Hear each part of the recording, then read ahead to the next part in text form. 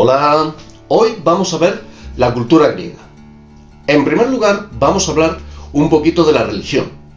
Los griegos eran politeístas, es decir, creían en muchos dioses, además de creer en los llamados héroes, que eran personas con cualidades que los hacían superiores a los mortales, considerados como tocados por la divinidad o que en algunos casos, como Hércules, eran hijos de dioses inmortales. Hércules, por ejemplo, era hijo de Zeus y de una de sus amantes mortales. Estos dioses y héroes se relacionaban con los seres humanos mediante los mitos, que eran explicaciones narradas sobre hechos que no podían explicar. Así, entendían que Zeus, que era el padre de los dioses y el dios del trueno, muy atentos a esto, cuando se enfadaba, en lugar de tirar la garrota, como nos dice la canción, tiraba rayos sobre la tierra. De ahí el origen de las tormentas.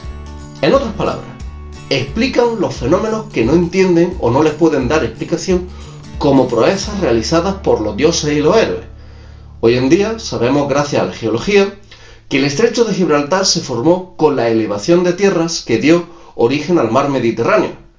En tiempos de los griegos, el estrecho de Gibraltar fue creado, según la mitología, por Hércules, quien con su fuerza hercúrea separó con sus grandes brazos ambas tierras.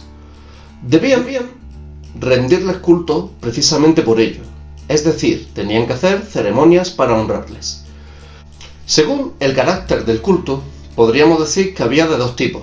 Por un lado tenemos el privado, que se hacía en el hogar, a la diosa Estía, que era la diosa del hogar, y, además de la diosa Estía, a los difuntos, pues se consideraba que los antepasados eran dignos de ser venerados, evidentemente no a la altura de los dioses, pero sí como gente que estaba por encima de ellos por el mero hecho de encontrarse ya en el más allá, en un lugar superior.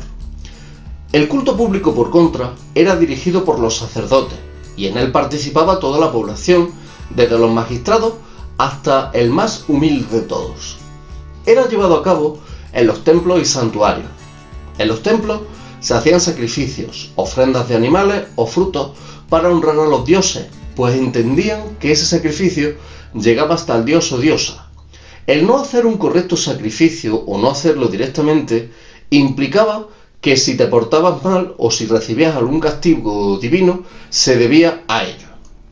Los santuarios, por contra, hemos visto los templos, vamos con los santuarios, eran lugares donde se realizaban peregrinaciones, y las ofrendas o cultos que se llevaban a cabo eran representaciones teatrales, ceremonias o incluso competiciones deportivas.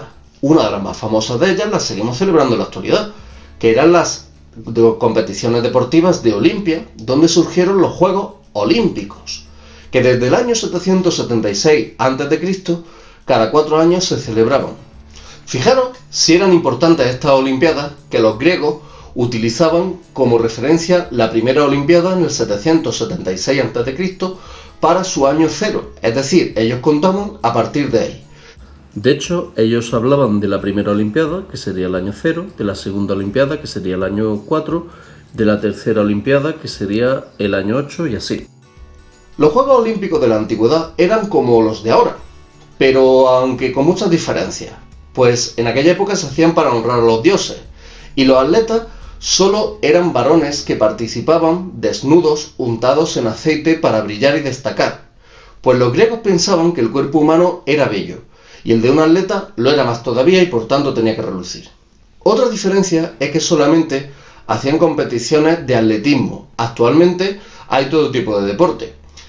Estos deportes se consideraban deportes útiles, no solo para la buena salud ni para estar en forma, porque eran artes que se podían emplear en la guerra, como la pértiga, para saltar muros, la jabalina, para lanzar armas, o el disco y el martillo, también para ese efecto. De hecho, una de las esculturas más célebres de los griegos es el discóbolo, que es un atleta que va a lanzar el disco.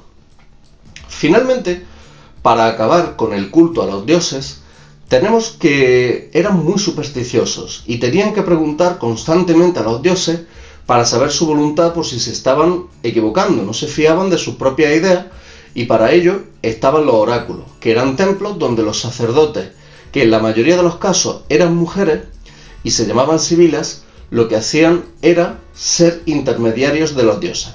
Es decir, a cambio de una ofrenda, transmitía las palabras divinas. La sibila le ponía voz a los dioses y transmitía su voluntad a los mortales.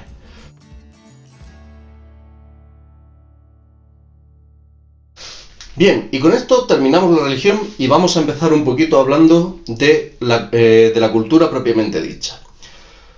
Los griegos fueron los grandes inventores de disciplinas como la filosofía, la historia, la medicina, las matemáticas y la geometría, entre otras. Este desarrollo científico, artístico y cultural es fruto del uso del pensamiento racional. En la religión griega, los dioses daban explicación a las cosas que los mortales no sabían por qué se producían. Bueno, pues, gracias a la filosofía, los griegos desarrollaron otras disciplinas que daban una explicación lógica a lo que estaba pasando realmente. Los filósofos, que eran pensadores, descubrieron cosas que se basaban en el uso de la razón. A esto se le ha llamado el paso del mito al logos, y esto, por así decirlo, va a ser el origen de la ciencia. Una de las grandes aportaciones, además del paso del mito al logos y de la filosofía, va a ser el teatro, que se hacía con máscaras. Había máscaras tristes para las obras trágicas, o máscaras alegres si eran para una comedia. Cubrían el rostro y hacían la representación con esa máscara cubriéndoles la cara todo el rato. Otra de las grandes aportaciones que los griegos van a hacer al mundo va a ser precisamente el origen de la moneda, aunque esto se está discutiendo sobre si fueron los chinos antes o no.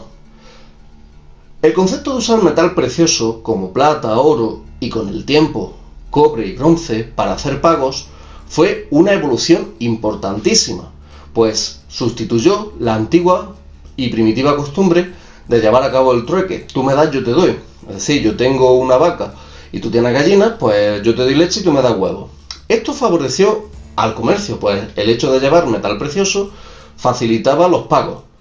Además también tenemos que pensar que el transporte de riqueza era mucho más fácil, por no hablar de los sueldos y pagos, que en lugar de hacerlos con grandes mercancías, ya los podían hacer con monedas que eran más pequeñas y también muy valiosas.